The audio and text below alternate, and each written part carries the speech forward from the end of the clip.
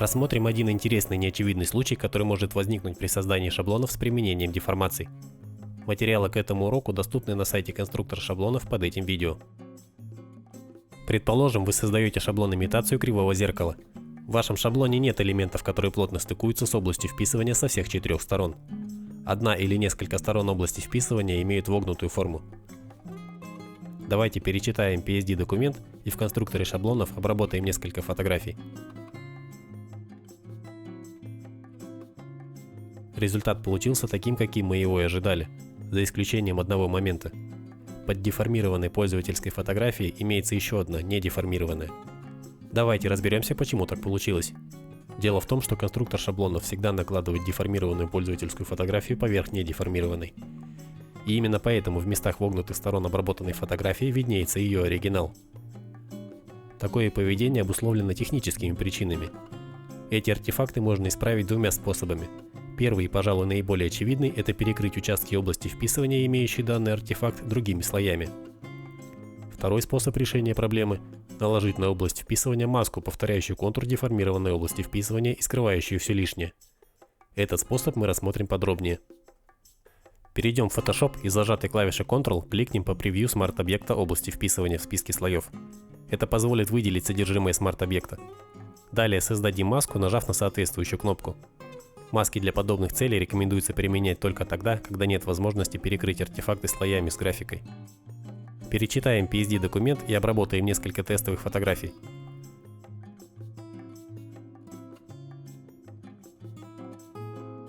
Как мы видим, ожидаемый результат достигнут. Еще одним способом деформирования области вписывания является деформация с помощью смарт-фильтров. Фильтры Photoshop можно разделить на те, которые меняют цвет пикселей, и те, которые меняют позицию пикселей. Другими словами, сдвигают пиксели. Для нашей цели подходят только те фильтры, которые сдвигают пиксели. С их списка можно ознакомиться на сайте конструктора шаблонов.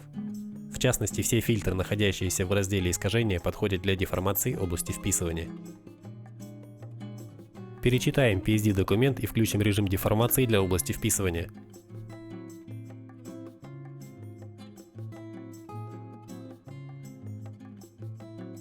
В PSD документе выберем область вписывания, далее перейдем в раздел «Фильтры», далее «Искажения» и выберем «Искривление».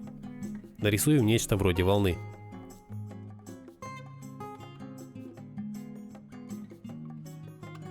Теперь маскируем смарт-объект, как показано в предыдущем примере.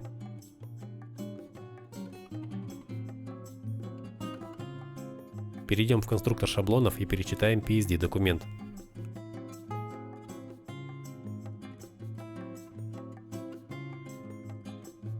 Обработаем несколько тестовых фото. Таким образом, нам удалось воспроизвести необходимый результат. В дополнение к способам деформации, рассмотренным ранее, конструктор шаблонов поддерживает марионеточную деформацию.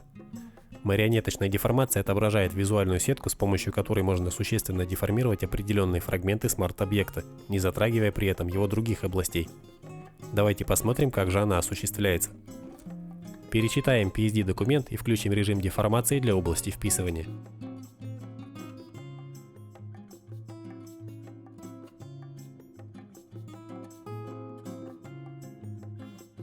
В PSD документе выберем смарт-объект области вписывания с примерочной фотографией. Далее перейдем в раздел меню редактирования и выберем там марионеточную деформацию. Добавим несколько булавок левым кликом мыши и сдвинем их произвольным образом. Применим изменения, нажав на Enter. Маскируем пустое место вокруг области вписывания способом из предыдущих примеров. Перечитаем PSD документ и обработаем несколько тестовых фотографий.